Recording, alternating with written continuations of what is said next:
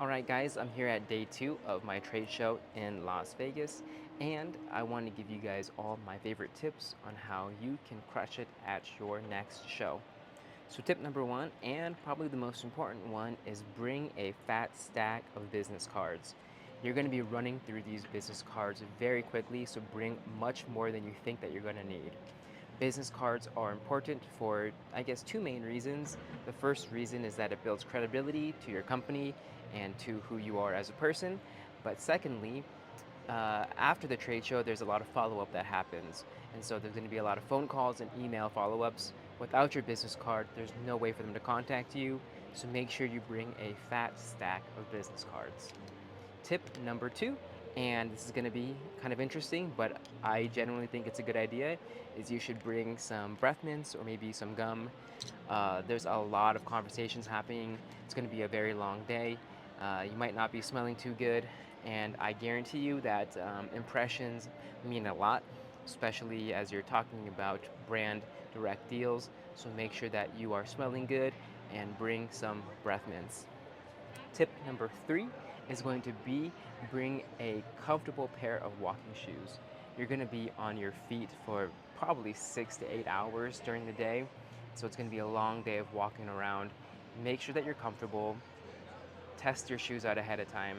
Bring comfortable shoes. Now, tip number 4, which I found super helpful, and I guess in recent years, is make sure that you stop by the informational booth before you check into the show. And the reason why is because of two things. One, the information booth can give you information about promotionals and discounts during the trade show, so you can save money on your POs. But two, you can pick up a booklet kind of like this that gives you all the information about being a buyer at a show. And many of these trade shows have something called the Buyer's Lounge, which is only accessible if you are a buyer. And these lounges have free food, free drinks, free refreshments, and just a cool place for you to chill in between your conversations.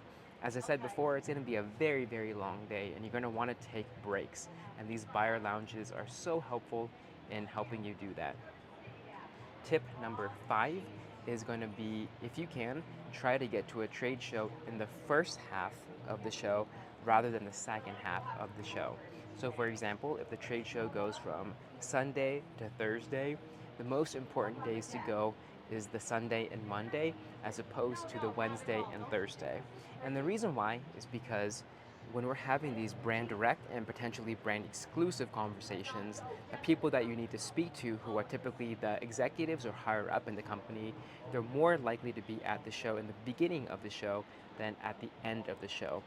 A lot of times, these directors and executives kind of leave the show halfway through, and it'll be very hard to catch them. So go during the first half of the show. And then my final tip for you guys is take it slow and make sure that you have fun. It's going to be a long week of networking, of walking around. You're going to be exhausted. You're going to be tired. You're probably going to get a little bit cranky. So make sure that you take your time, use the buyer's lounges, space out your meetings and conversations, and really dig deep and enjoy the conversations that you're having. Remember why you're doing this and the joy that you have in doing e-commerce and building your business. And if you can reflect and remember those things, it goes a long way in having a great attitude, which I think will help you in the long run in closing your accounts. Okay? So I wish you guys a lot of success in the next trade show that you guys go to. Good luck.